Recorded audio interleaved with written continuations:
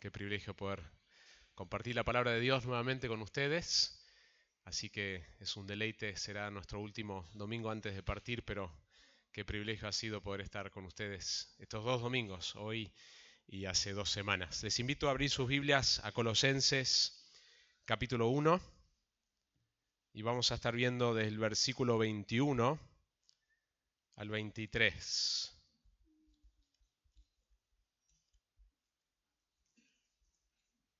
Colosenses 1,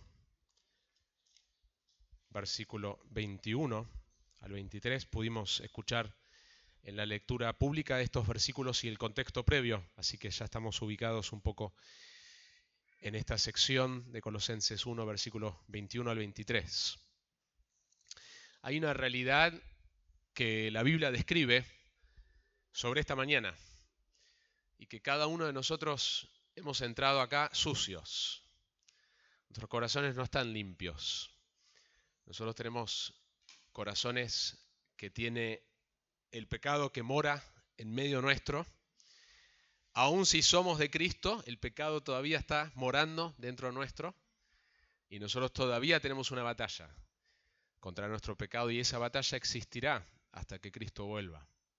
Así que ninguno de nosotros entramos acá limpios, todos nosotros tenemos una suciedad presente en nuestros corazones. Esa suciedad no hay que mirar para afuera para verla, simplemente está dentro del corazón. Jesús le dice a los fariseos, el problema no es lo que entra. Cuando ellos se quejan de que los discípulos no seguían la tradición y no se lavaban las manos, el problema no es lo que entra al estómago y se desecha. El problema es lo que sale del corazón, ahí está todo el problema. Y de hecho, la Biblia, las Escrituras, el Evangelio nos habla de esto, ¿no? El problema no está afuera, el problema está dentro. Y la solución está afuera, que es exactamente lo opuesto a lo que el mundo enseña. El mundo enseña que el problema está afuera y la solución está dentro, ¿no? Uno tiene que encontrarse a sí mismo y que está dentro la solución y el problema está afuera. Pero eso en realidad te hace una víctima de las circunstancias, de las personas, cuando la Biblia enseña exactamente lo opuesto. El problema está dentro. Así que nosotros entramos acá con suciedad en nuestro corazón y no solamente eso, sino que además de tener el pecado que mora dentro nuestro, nosotros vivimos en medio de pecadores, vivimos en un mundo que se opone a Dios. La Biblia describe que el mundo entero está bajo el poder del maligno, así que por eso la Biblia describe que tenemos 3 enemigos, la carne, Satanás y el mundo. Y si no fuera suficiente en nuestra propia suciedad, en nuestro propio corazón, tenemos la suciedad de otros pecadores con los cuales nos relacionamos de manera continua, que también a veces nosotros no hemos pecado, pero el pecado de otro hace que nosotros entonces pequemos a la luz del pecado de otro. Yo pensaba en esto mientras que estaba cantando acá y mientras que llegamos tarde hoy, venía frustrado en el Uber, porque habíamos pedido un Uber con tiempo, llegábamos a tiempo y le pedí que me espere un minuto, entré y salí y Wendy me dice, se fue el hombre. Lo llamé, le pedí por qué se había ido y bueno, el hombre tenía una mala actitud y yo ya estaba llegando a la iglesia con una mala actitud. Y tuvimos que esperar mucho tiempo para otro Uber y digo, por el egoísmo de esta persona me pierdo la alabanza en el último domingo por esta persona, ¿no? Entonces yo estaba luchando con mi corazón, lo que yo había hecho no era en ese momento pecaminoso, pero a la luz del pecado de esta persona, yo ahora estaba pecando. Entonces nosotros tenemos un problema, no solamente con nuestro propio corazón, sino del hecho de que continuamente vamos a estar en situaciones que los pecados de otros vamos a estar tentados a responder pecaminosamente. Así que yo le pedí al Señor, ayúdame a preparar mi corazón para poder estar delante de ti, Señor, delante de ti adorando, y nosotros entramos acá con una suciedad. De hecho, el libro de Zacarías nos da una imagen poderosa de esto. Zacarías capítulo 3 dice, entonces me mostró al sumo sacerdote Josué, es una visión que Zacarías tiene, que estaba delante del ángel del Señor y Satanás estaba a su derecha para acusarlo. Así que imagínense esta escena. Es una visión de imágenes, tenemos 3 personajes, tenemos el sumo sacerdote, no es cualquier sacerdote, es el sumo sacerdote, el que una vez por año solamente él podía entrar en la presencia de Dios en el tabernáculo y después en el templo para presentar las ofrendas para todo el pueblo, para la redención, para la expiación. Y en este caso era el sumo sacerdote Josué en ese momento. Está el ángel del Señor, que el ángel del Señor aparece en el Antiguo Testamento y después no aparece en el Nuevo Testamento. Y por el hecho de que el ángel del Señor muchas veces se lo refiere a Dios mismo. Muchos entienden que el ángel del Señor es Jesucristo preencarnado, es Jesucristo antes de tomar carne. Y Satanás, entonces tenemos la figura de Josué, tenemos la figura del ángel del Señor, tenemos a Satanás. Esto es a modo introductorio del pasaje de Colosenses. Les estoy mostrando algo de Zacarías para introducir el tema. Y dice que el ángel del Señor dijo a Satanás: el Señor te reprenda, Satanás. Noten que es el ángel del Señor que lo reprende, no es Josué que lo reprende, es el ángel del Señor. Repréndete el Señor que ha escogido a Jerusalén. ¿No es este un tizón arrebatado del fuego? Y Josué, muy interesante, Josué sería visto por el pueblo de Dios como más cerca a Dios, porque era el sumo sacerdote. Josué, la persona que era vista como más santa, más pura, estaba vestido de ropas sucias. Qué imagen, ¿no? Esta es la persona que las personas digan, bueno, esta es una persona más cerca de Dios. Él estaba vestido de ropas sucias, en pie, delante del ángel, porque esa es nuestra condición. Todos, sin excepción. No hay un ser humano, no hay un pastor, no hay una persona que no esté sucio. Y este habló y dijo a los que estaban delante de él: quitadle las ropas sucias. Y a él le dijo: mira, he quitado de ti tu iniquidad y te vestiré de ropas de gala. Después dijo que le pongan un turbante limpio en la cabeza, y le pusieron un turbante limpio en la cabeza y le vistieron con ropas de gala, y el ángel del Señor estaba ahí. Preciosa imagen, ¿no? Jesucristo es quien nos viste de ropas limpias, es por su obra, y todo lo que hemos cantado, es por su obra de expiación en la cruz, su justicia que nos es dada. Porque la Biblia nos enseña vez tras vez que nosotros estamos sucios, ninguno de nosotros es puro. Es un tema continuo a través de la Biblia. El profeta Isaías, ¿recuerdan la visión de Isaías? En el capítulo 6, cuando él empieza a ver la visión de la santidad de Dios, él dice: ay de mí, estoy arruinado. ¿Por qué? Porque soy un hombre de labios impuros y la boca está conectada con el corazón, es decir, soy un hombre de un corazón sucio, y habito en medio de un pueblo de labios inmundos. Lo que les decía antes, yo soy un pecador y encima estoy en medio de pecadores, y mis ojos han visto al Rey. Y previo a eso, Isaías en el capítulo 5 había denunciado al pueblo de Dios por todos los pecados. Hay de la persona que llama a lo bueno malo y a lo malo bueno, y así denuncia un montón de cosas. El capítulo 5 Isaías dice: ay de esta persona, ay de esta persona. Y está bien, el rol del profeta. Pero en el 6 dice: ay de mí, cuando él ve la santidad de Dios y ve su suciedad. Y era necesario que él recuerde esto, porque entonces un ángel le va a traer la expiación, le va a traer del altar y recordar que él también es un pecador llamado por gracia a proclamar las verdades de Dios. David, cuando comete el pecado de adulterio y Natán lo confronta, la ley requería que él muera, él debía morir. Y la gracia de Dios, Natán le dice: vos no vas a morir, no morirás. Su pecado fue perdonado. Los discípulos, vemos esto en Juan 13, dice: entonces llegó a Simón Pedro, Jesús. Este le dijo: Señor, ¿tú lavarme a mí los pies? Jesús respondió y le dijo: ahora tú no comprendes lo que yo hago, pero lo entenderás después. Pedro le contestó: jamás me lavará los pies. Me encanta el personaje de Pedro en las Escrituras, siempre tan radical y a veces diciendo cosas insensatas. Jesús le respondió: si no te lavo, no tienes parte conmigo. Simón Pedro le dijo: Señor, entonces no solo los pies, sino también las manos y la cabeza. Yo digo que Pedro era como argentino, ¿no? Que es todo o nada. Jesús le dijo: el que se ha bañado no necesita lavarse, excepto los pies, pues está todo limpio. Y vosotros estáis limpios, pero no todos, porque sabía quién le iba a entregar. Por eso dijo: no todos estáis limpios. El punto acá es que Jesús le dice: la razón que yo te estoy lavando los pies y solo los pies es porque vos ya estás limpio por la obra de regeneración. Yo ya he hecho una obra en tu corazón de salvarte y estás limpio. Pero a la vez, nuestra suciedad como cristianos, como hijos de Dios, implica una necesidad continua de ser lavados. Hay un sentido en que nosotros estamos limpios y estamos sucios al mismo tiempo. Porque la Biblia dice que nosotros estamos justificados, estamos declarados puros delante de Él. Pero al mismo tiempo nosotros necesitamos confesar de manera regular nuestros pecados. La realidad es que nuestro pecado antes de Cristo nos separa de Dios, pero también en Cristo, aunque no estamos separados eternamente de Dios, nos separa en la comunión de Dios.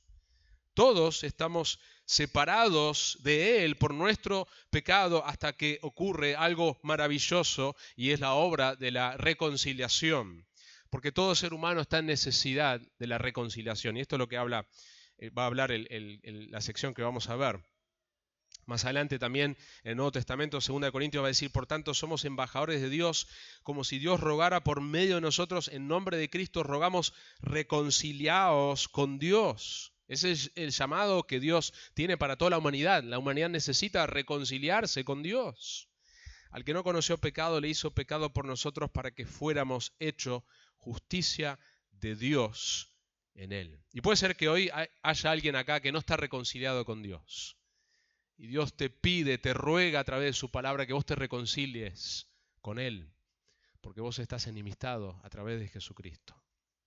Lo que se ha visto hasta ahora en el capítulo 1, solo para repasar, porque nosotros hace 2 semanas vimos una sección, pero lo que está inmediatamente previo a esta sección, que no vimos en la prédica que yo estuve con ustedes, es que Jesucristo es supremo sobre la creación, sobre la nueva creación, y debe ser supremo sobre la totalidad de nuestra vida.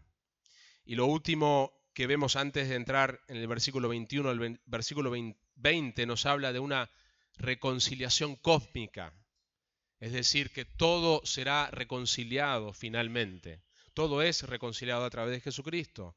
Romanos 8:19 nos dice que el anhelo profundo de la creación es aguardar ansiosamente la revelación de los hijos de Dios. Es decir, un día nosotros seremos glorificados y entonces la creación entera que está caída, que no funciona como debería funcionar por el pecado, está anhelando, es una metáfora, está anhelando el día que nosotros seremos glorificados, porque entonces todo será hecho nuevo. Y por eso lo que Pablo está describiendo en el versículo 20 es que hay una reconciliación cósmica, no de que todos serán salvos, pero que no va a quedar ningún cabo suelto, que el pecado se tratará y se trató finalmente y totalmente en la cruz. Todo pecado será castigado o en Cristo o en el infierno, y que no quedará ningún cabo suelto cuando Cristo regrese. Y ahora específicamente lo que Pablo va a hablar, habló en el versículo 20 de una reconciliación cósmica, y ahora va a hablar específicamente de nuestra reconciliación como hijos de Dios. Y esta es la idea principal de este sermón. A pesar de nuestra lejanía de Dios, Él ha reconciliado a todos los que hemos verdaderamente creído en el Evangelio para presentarnos puros delante de Él. A pesar de nuestra lejanía de Dios, Él ha reconciliado a todos los que hemos verdaderamente creído en Él, el Evangelio, para presentarnos puros delante de Él. Primer punto, lo que vamos a ver en el versículo 21, son 3 versículos, un punto por versículo, nos va a describir nuestra condición antes de Cristo. Viene conmigo el 21 lo que dice, y aunque vosotros antes, hablando del pasado del creyente, estabais alejados y erais de ánimo hostil, ocupados en malas obras. Lo primero que describen las Américas dice, estabais alejados. Otra manera de traducirlo es alienados. Es una palabra que indicaba algo persistente y permanente. De hecho, en Estados Unidos hay un término que tiene un contexto legal, que es la idea acá también, que es el término de alien. Uno quizás piensa en la película Alien.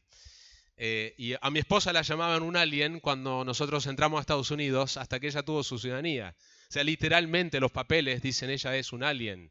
Porque la idea es que ella está alienada, está separada de los beneficios de la ciudadanía de ese país. Y de hecho, el trato era distinto. Nosotros cuando estábamos en Argentina y yo tenía el pasaporte de Estados Unidos, ella, por estar casada conmigo, tenía la residencia, pero no tenía la ciudadanía. El trato con ella la trataban distinto, no la trataban bien realmente.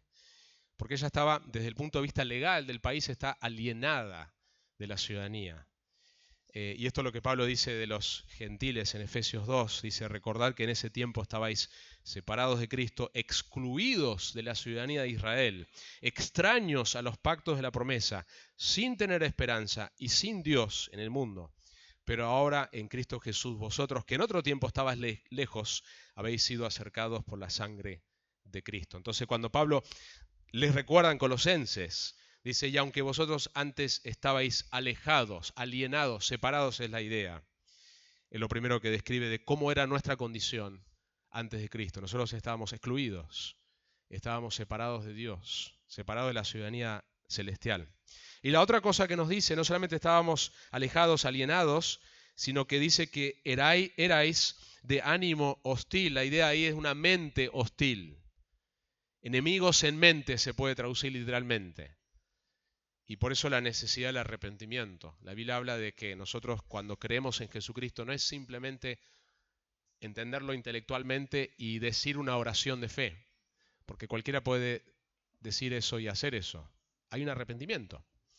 Y la palabra arrepentimiento tiene que ver con un cambio de mente. Y la necesidad de un cambio de mente es que la Biblia dice que antes yo tenía una mente hostil hacia Dios. Dios era mi enemigo. Yo no veía a Dios como mi Padre. Y no entendía su santidad y no entendía mi pecado y mi necesidad de un Salvador. La tercera cosa que nos dice de cómo era nuestra condición antes de ser reconciliados, dice en el versículo 21 que estábamos ¿qué? Ocupados en malas obras. Ocupados en malas obras. De hecho, más adelante va a decir... en el Evangelio de Juan va a decir, y este es el juicio, que la luz vino al mundo y los hombres amaron más las tinieblas que la luz.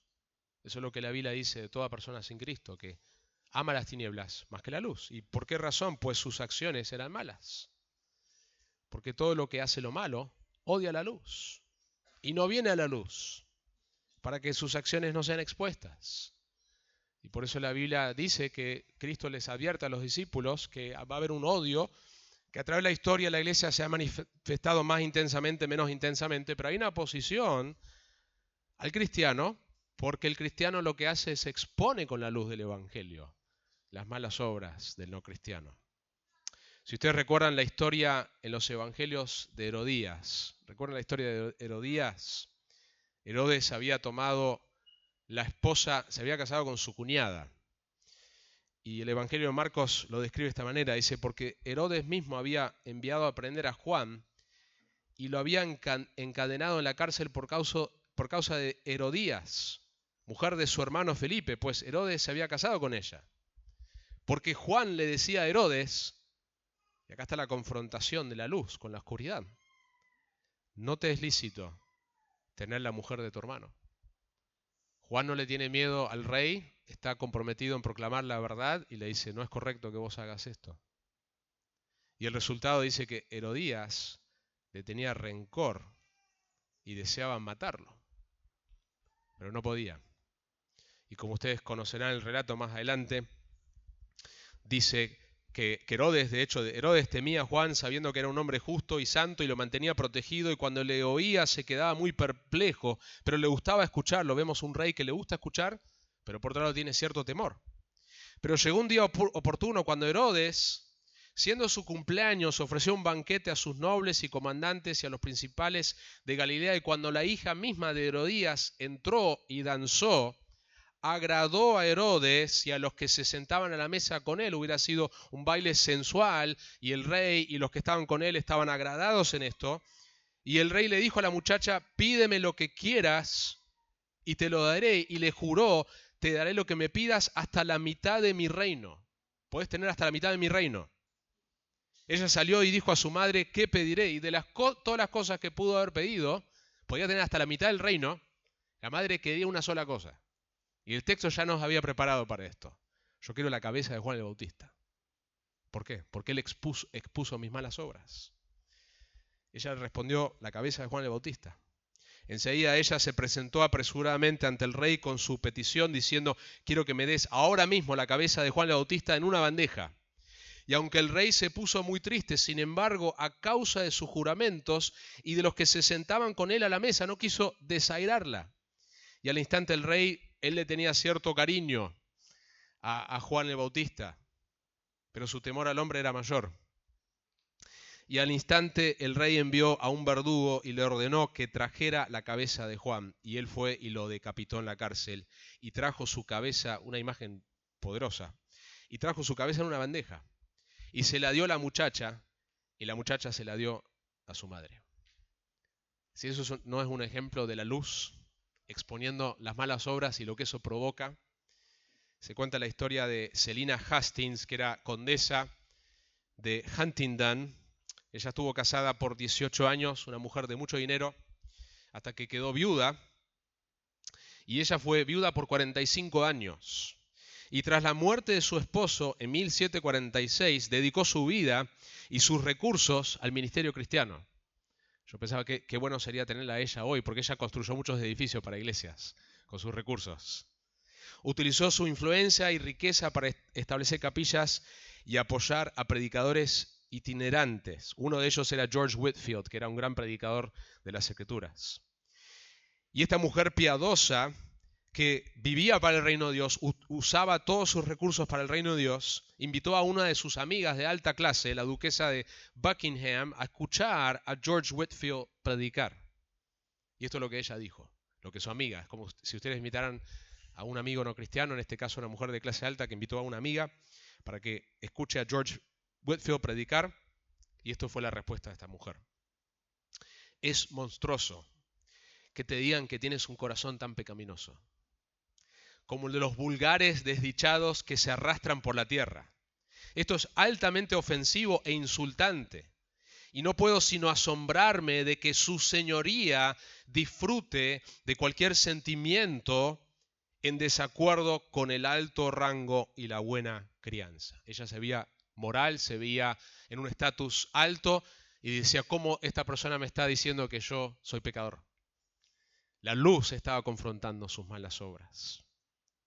En otro lugar en el Nuevo Testamento nos dice, porque nosotros también en otro tiempo éramos necios, desobedientes, extraviados, esclavos de deleites y placeres diversos, viviendo en malicia y envidia, aborrecibles y odiándonos unos a otros. Ahí está una descripción más detallada de lo que Colosenses acá nos dice, que estábamos ocupados en las malas obras. Pero cuando se manifestó la bondad de Dios nuestro Salvador y su amor hacia la humanidad, Él nos salvó no por obras de justicia que nosotros hubiéramos hecho, sino conforme a su misericordia por medio del lavamiento de la regeneración y la renovación por el Espíritu Santo que Él derramó sobre nosotros abundantemente por medio de Jesucristo nuestro Salvador, para que justificados por su gracia fuésemos hechos herederos según la esperanza de la vida eterna. Si estás acá y no has reconocido tu necesidad de un Salvador, no has reconocido que vos delante de un Dios santo sos un pecador y que tenés un corazón sucio y que no alcanza la cantidad de obras buenas que vos intentes hacer, no alcanza la cantidad de peregrinaciones que puedas hacer en alguna ciudad, no alcanza las experiencias místicas, lo que sea que vos intentes hacer para rectificar tu problema, necesitas un Salvador. Necesitas saber que delante de Dios sos culpable, estás separado, estás alienado, estás ocupado en malas obras, porque quien define lo que es malo y bueno no es la sociedad, es Dios mismo que ha dado su ley. Y esa ley todos la hemos quebrado. Pero que Dios, que es rico en misericordia, nos ha provisto un camino, si venimos a Él en fe y en arrepentimiento. Así que el llamado de este pasaje, como tantos, es venir a Él. Lo mejor que te puede pasar es que vos puedas ver tu corazón sucio. Cristo no vino para sanar a los que no tienen necesidad, vino para sanar a los enfermos. Y de hecho todos son enfermos, pero no todos ven su necesidad. Él no vino para los sanos, vino para los enfermos. Si vos ves tu suciedad, eso ya es una bendición. Porque entonces ya sabes que hay un problema. Y entendés tu condición delante de Dios. Y necesitas venir a la única solución, que es la persona de Jesucristo. Y lo que este primer punto nos recuerda a nosotros como cristianos que ya hemos recibido a Cristo como nuestro Salvador es: esta era nuestra condición. Y esto nos debe llenar de gratitud, de saber que todo lo que este versículo, estas tres descripciones que hace el versículo 21, estábamos alejados, éramos de ánimo hostil y estamos ocupados en malas obras. Esa era nuestra condición y no lo es más. Y nos hace bien recordar quiénes éramos. Y esto nos lleva al segundo punto, que es cuál es nuestra realidad actual. Versículo 21 es lo que éramos y versículo 22 nuestra realidad actual. Y el texto comienza diciendo: sin embargo ahora, Se puede traducir también, pero ahora. Hay algo particular en el texto del Nuevo Testamento que originalmente está escrito en griego, es que en griego vos tenés la capacidad de mover las palabras como quieras, que en castellano no funciona de esa manera. Vos no podés decir ahora pero, no funciona, no suena bien. Pero en griego vos podés mover las palabras para enfatizar algo. Y lo que va primero es lo que vos querés enfatizar. Y en el griego literalmente aparece la palabra ahora, ahora, nuestra condición de ahora. Ahora pero sería la traducción literal. Es parecido a lo que Efesios 2 nos dice, que describe toda nuestra condición antes de Cristo. Y después dice en Efesios 2, pero Dios, que es rico en misericordia. De hecho, el predicador Martin Lloyd Jones predicó un sermón entero sobre esas dos palabras, pero Dios. Esos contrastes son preciosos en la Biblia. Y esto es lo que nos dice. Sin embargo, ahora Él os ha reconciliado. Y la idea acá es que ya hemos sido reconciliados. El verbo es pasivo porque fue Dios que actuó. Dios mismo es el que hizo la obra a favor nuestro. Y mire la manera en que somos reconciliados según el versículo 22. Dice, en su cuerpo de carne, mediante su muerte. Hay tres palabras claves ahí, cuerpo, carne, muerte. Todo eso nos ayuda a entender que esto fue algo físico. Es un cuerpo físico. Su carne, una muerte real. Jesucristo realmente murió corporalmente en la cruz. Esto hizo necesario la encarnación de que Dios se hizo hombre para que Él pueda morir físicamente como el Dios hombre en la cruz por nosotros. Y de hecho esto tiene más sentido para la audiencia de Colosas, que creía o estaba siendo influenciado por una filosofía que decía lo más importante no es lo que pasa en el cuerpo, es lo espiritual. Y de ahí surgirían otras herejías que dirían que Cristo no era 100% humano, 100% Dios. Y acá Pablo nos dice, no, Él murió físicamente. Y noten que es a través de su muerte que Él nos presenta santos, sin mancha, irreprensibles delante de Él. Y uno pudiera preguntar, pero ¿por qué era necesario que Jesucristo muera en la cruz? ¿Por qué era necesario? ¿Había otra manera? ¿Hay otra manera que el ser humano pueda ser salvo? No, porque Cristo mismo, cuando está en Getsemaní, ¿qué es lo que Él pide? Dios Padre, Dios el Hijo, hablando con Dios Padre, Dios hablando con Dios. El misterio de la Trinidad. Tres personas, un solo Dios, comunión, interacción entre ellos, y Dios Hijo le pide a Dios Padre. ¿Qué le pide? Si hay una manera de no ir a la cruz, yo prefiero ir por ese camino. Tremendo, ¿no? Jesucristo, 100% Dios, pero 100% hombre, pidió al Padre si hay otra manera, porque Él sabía lo que se venía. El sufrimiento de una crucifixión era terrible. Los peores criminales iban a la cruz en Roma. Pero eso no era lo que Jesús temía. Eso no fue la razón que Jesús dijo, bueno, si hay otro camino, yo prefiero tomar ese camino. Él sabía que se venía la ira de Dios, el castigo de toda la ira de Dios sobre él, porque él se iba a hacer pecado en nuestro lugar. Y él pide si hay otra manera.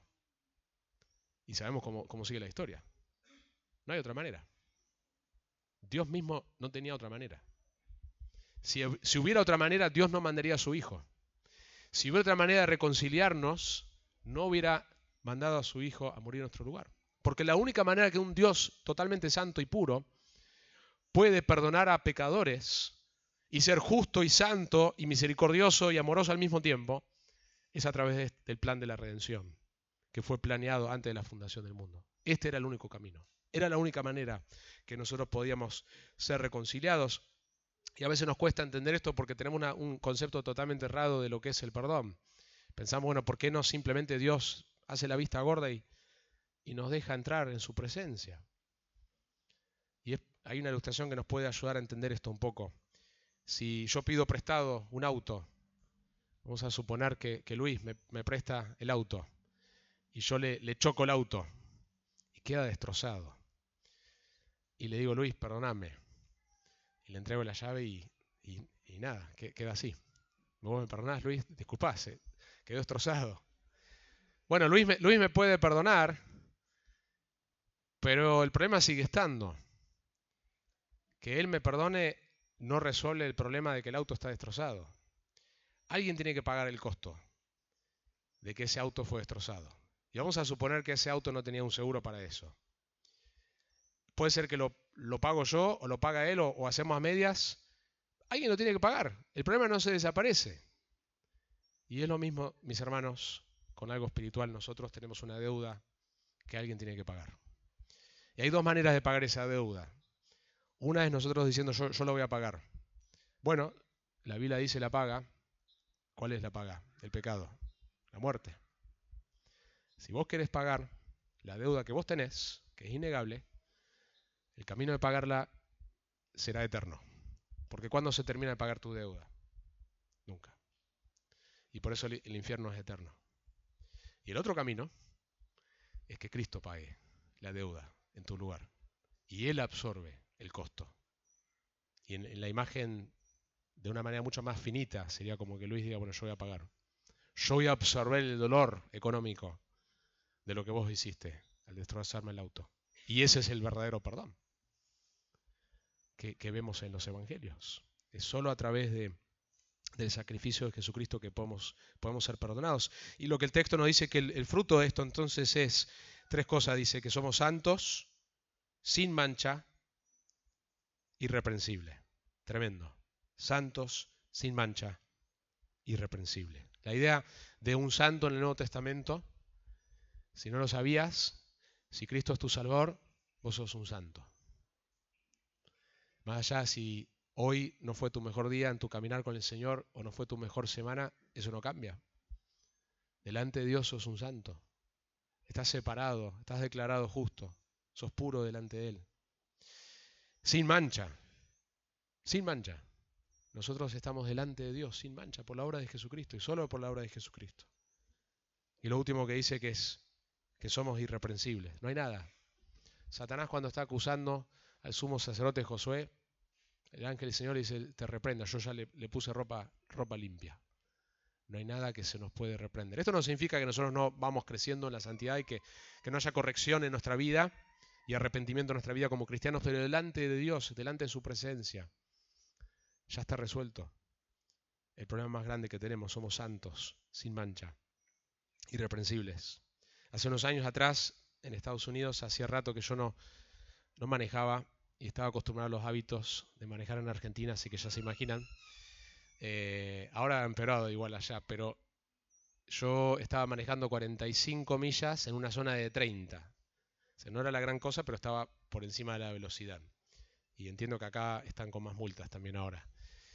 El tema es que yo no estaba prestando atención, era un camino de ahí en el campo, y me para un policía y me da una multa. Y de hecho la multa, el papel dice violador. Delante de la ley yo soy un violador de la ley, porque estoy violando la ley, ¿sí? Y hay varios caminos en Estados Unidos para... Allá todo con dinero se arregla. Yo digo que en Estados Unidos hay el tipo de corrupción es que te roban legalmente allá, esa es la diferencia. Pero bueno, pagando dinero vos podés hacer que eso no te aparezca en el récord, ese es un camino, vos pagás más de la multa. Y el otro camino es que vos haces un curso de defensive driving, se llama, de manejar mejor, básicamente. Y es medio pesado, es largo, son muchos videos. Bueno, yo opté por ese camino porque no me iba a costar dinero y la multa la tenía que pagar, pero por lo menos no se me iba a imputar, no iba a aparecer en mi récord de manejo y no iba a afectar la cuota del seguro, que me iba a aumentar. Entonces el camino era, bueno, hacer el curso, y cuando iba al curso yo fui a la corte de la ciudad de Argyle y presenté los papeles y me entregaron un papel que decía, en inglés decía, case dismissed, caso desestimado, caso cerrado. Y la idea es que a pesar de que sí tuve que pagar la multa, en cuanto a lo que aparecía en mi récord de manejo, era como si yo nunca lo hubiera hecho, por haber hecho ese curso de manejo. Y es la idea de lo que Pablo está describiendo acá, de que somos irreprensibles. Es como si nunca lo hubiéramos hecho, es como si nunca hubiéramos pecado delante de Dios. Caso cerrado. Es la imagen acá. Por consiguiente, Romanos nos dice, no hay ahora condenación para los que están en Cristo Jesús. Entonces, ¿qué diremos a esto? Si Dios está por nosotros, ¿quién estará contra nosotros? ¿Quién acusará a los escogidos de Dios? Dios es el que justifica. ¿Quién es el que condena? Cristo Jesús es el que murió, sí. Más aún, Él es el que resucitó, el que además está a la diestra de Dios, el que también intercede por nosotros. Mis hermanos, esto tiene implicaciones prácticas para nuestra vida diaria. Vos y yo tenemos una tendencia en distintas maneras de autojustificarnos, de defendernos, de guardar nuestra imagen, de encontrar nuestra identidad en nuestro trabajo, en alguna relación. Todo ser humano tiene la tendencia de buscar alguna manera de justificarse. Cuando somos confrontados y cuando nosotros recordamos la preciosa realidad de que ya hemos sido justificados, no hay necesidad de encontrar identidad en otras cosas. Hay una historia que Caro me contó hace un tiempo atrás de un estudio que se hizo. Se le preguntaron a las personas si se sentían inseguras. Y el 85% de las personas dijeron que sí se sentían inseguras. Se sentían inseguras. Pero lo que el estudio después reveló que en realidad el 15% que no dijo, que eran inseguras, eran más inseguras porque no tenían la seguridad de admitir su inseguridad. Eran inseguras en el sentido no reconocían, porque la Biblia nos habla de que todos somos inseguros por el pecado. No estaban dispuestas a admitir su inseguridad. Y la realidad es que nosotros cuando profundizamos en comprender la justificación, lo que Dios ha hecho a favor nuestro, de que estamos bien delante de Dios, no hay necesidad de justificarnos. Y esto nos lleva al último punto, el versículo 23. Así como vemos nuestra realidad pasada, nuestra realidad presente, también vemos en el versículo 23 nuestra realidad futura. Miren cómo dice. Dice, si en verdad, hay una condición ahí, permanecéis en la fe, bien cimentados y constantes, sin moveros de la esperanza del evangelio que habéis oído, que fue proclamado a toda la creación debajo del cielo y del cual yo, Pablo, fui hecho ministro. Acá describe nuestra realidad futura y hay una doctrina que es muy importante que nosotros podamos entenderla, que es lo que está exponiendo acá, que es la doctrina de la perseverancia de los santos, la doctrina de la perseverancia de los santos. La Biblia nos enseña en Filipenses que el que comenzó la buena obra, la completará. Si Cristo nos salvó, nos va a santificar también. No existe en las Escrituras salvación sin santificación. No existe en las Escrituras nacimiento nuevo sin frutos de arrepentimiento. Se tiene que ver la huella del Espíritu Santo, el fruto del Espíritu Santo. Por eso Pablo también en varios lados habla de examinarse para ver si uno está en la fe. No todos los que dicen Señor, Señor, realmente son de Él. Primera Juan lo dice así, salieron de nosotros, de la iglesia ahí, pero en realidad no eran de nosotros. Porque si hubieran sido de nosotros, habrían permanecido con nosotros. Pero salieron a fin de que se manifestara que no todos son de nosotros, es decir, hubieran permanecido en la fe si realmente eran de nosotros. Pablo dice de Demas, pues Demas me ha abandonado, habiendo amado este mundo presente. Y sabemos que en otros lugares Pablo lo hablaba como un compañero. Pablo no se imaginaba esto. Pero llegó un punto que Demas abandonó la fe. Y no es que Demas perdió su salvación, es que nunca la tuvo. El tiempo mostró que su fe, su profesión de fe era falsa. ¿Cómo hizo con Judas? Nadie se imaginaba, aun cuando Jesús dice, el que hago esto, ese es el que me está traicionando. Y aún así no entendía, no se imaginaban que era Judas. Y sabemos que él, Cristo mismo lo dijo en el pasaje que leí, no todos están limpios. Él tiene una profesión falsa, una profesión externa. Entonces lo que Pablo está haciendo acá en el versículo 23 es muy importante cuando hablamos de la doctrina de la perseverancia de los santos. Aparece una condición y uno pudiera pensar, bueno, Pablo está diciendo que yo tengo que hacer estas cosas para no perder mi salvación. Y no es lo que la Biblia enseña. Pero lo que la Biblia sí enseña es que hay características del verdadero creyente. Hay características del verdadero creyente y están descritas acá. Y acá describe tres cosas. El verdadero creyente permanece en la fe, está bien cimentado y constante y no se mueve de la esperanza del Evangelio. Esto no significa que no haya altibajos, no significa que no haya momentos de alejarse, pero que hay una perseverancia de Dios en el Hijo de Dios verdadero y que eso se va a ver en estas cosas. Noten lo que dice. Si en verdad permanecéis en la fe, bien cimentados y constantes. El verdadero creyente permanece en la fe. Permanece a pesar de la prueba. La prueba sirve justamente para revelar quiénes son de él y quiénes no son. ¿Recuerdan la parábola del sembrador?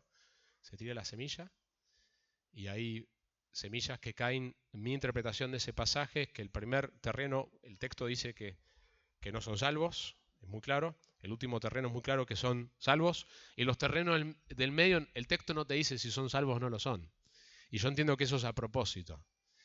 Porque cuando uno no ve fruto en la vida de uno, puede ser que sea un creyente verdadero, porque todos podemos tener momentos donde no estamos dando fruto, pero en esos momentos puede haber dudas sobre si la profesión de fe es genuina, porque no se ve la evidencia de la obra de Dios en mi vida. Pero Pablo lo que dice es que el verdadero creyente finalmente permanece en la fe. El otro que dice que está bien cimentado y constante, y por último no se mueve de la esperanza del Evangelio. Su esperanza está en el Evangelio de Jesucristo. Así que, hermanos, quisiera terminar con unas aplicaciones finales. Número 1, recuerda y agradece a Dios por la suprema reconciliación que Él ha hecho por vos en Cristo Jesús.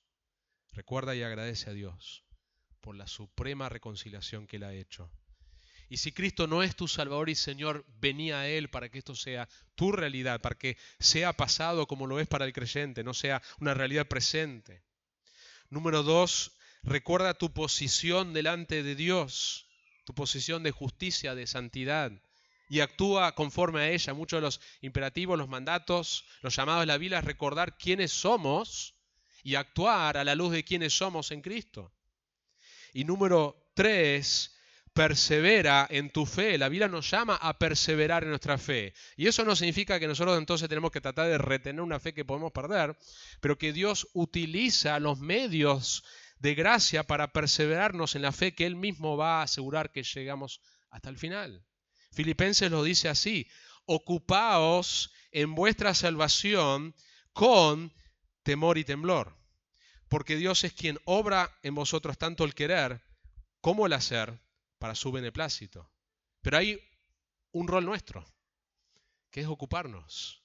No para nuestra salvación, ya lo tenemos, pero en nuestra salvación con temor y temblor, sabiendo que es Dios el que obra en nosotros tanto el querer como el hacer. Y ahí están las dos caras. La responsabilidad humana de ocuparnos en nuestra salvación, sabiendo que es Dios el que obra tanto el querer como el hacer. Nosotros debemos ser activos en perseverar en nuestra fe. Es todo el argumento del libro de Hebreos. Que nosotros debemos permanecer en nuestra fe, debemos, sabiendo que es Dios el que lo va a hacer finalmente, pero eso no significa que somos pasivos. Buscamos estar cerca del Señor, estar cerca de su pueblo, no dejamos de congregarnos, buscamos ser fieles en nuestra vida de oración, porque sabemos que esto es lo que Dios usa para mantenernos cerca de Él. Esto no significa, hermanos, no me malentiendan, que nosotros entonces, si negamos ciertas disciplinas espirituales, vamos a perder nuestra salvación. Lo que significa es que Dios nos llama a ocuparnos en lo que Él nos ha dado y tomarlo en serio. Termino con una cita de Joseph Hart. Es precioso esto lo que dice. Venid pecadores, pobres y necesitados, débiles y quebrantados, enfermos y llagados. A salvaros Jesús está ya presto, lleno de amor, piedad y poder. Él puede, no lo dudes. Él quiere, Él puede, no lo dudes. Él quiere.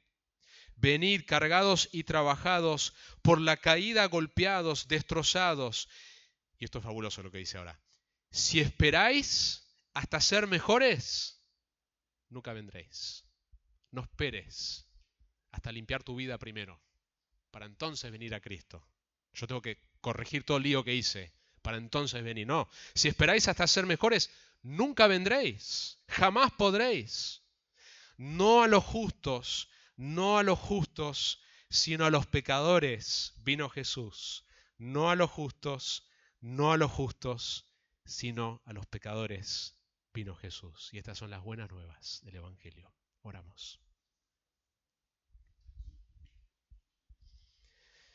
Señor, nos regocijamos hoy en la suprema, preciosa reconciliación que tenemos en Cristo Jesús, quienes éramos, quienes somos y el futuro, que hemos de aferrarnos a la esperanza del Evangelio y caminar a la luz de eso, de ocuparnos con temor y temblor en nuestra salvación que hemos recibido por gracia sabiendo que es Dios el que obra en nosotros tanto el querer como el hacer. Y si hubiera hoy alguien que no está reconciliado, porque no ve su pecado, porque no piensa que están en serio, que hoy, Señor, pueda verlo y venir a Cristo en arrepentimiento y en fe. Y quizás hay alguien que ve su pecado, pero dice, es demasiado, yo no puedo simplemente venir a Cristo, necesito hacer algo. Que hoy, Señor, pueda ver que solo a través de correr a la cruz de Jesucristo puede tener todos sus pecados perdonados. De que nosotros debemos ser como un niño, aceptando el único camino que vos has provisto, que es arrepentirnos y recibir el regalo que nos has dado en Cristo Jesús. Señor, queremos maravillarnos como tus hijos, si ya lo somos, nuevamente, de este precioso, glorioso Evangelio. Y que al maravillarnos de ese Evangelio nosotros podamos entonces ser distintos, hoy, mañana, esta semana, en todas las áreas, luchando contra nuestros pecados, Señor, pero haciéndolo dependiendo de tu gracia, de tu poder, en nuestros matrimonios, con nuestros hijos, de cómo nos hablamos, de que reine la gracia en cada relación, a la luz de lo que has hecho. Te rogamos, Señor, esto, en el nombre de Jesús. Amén.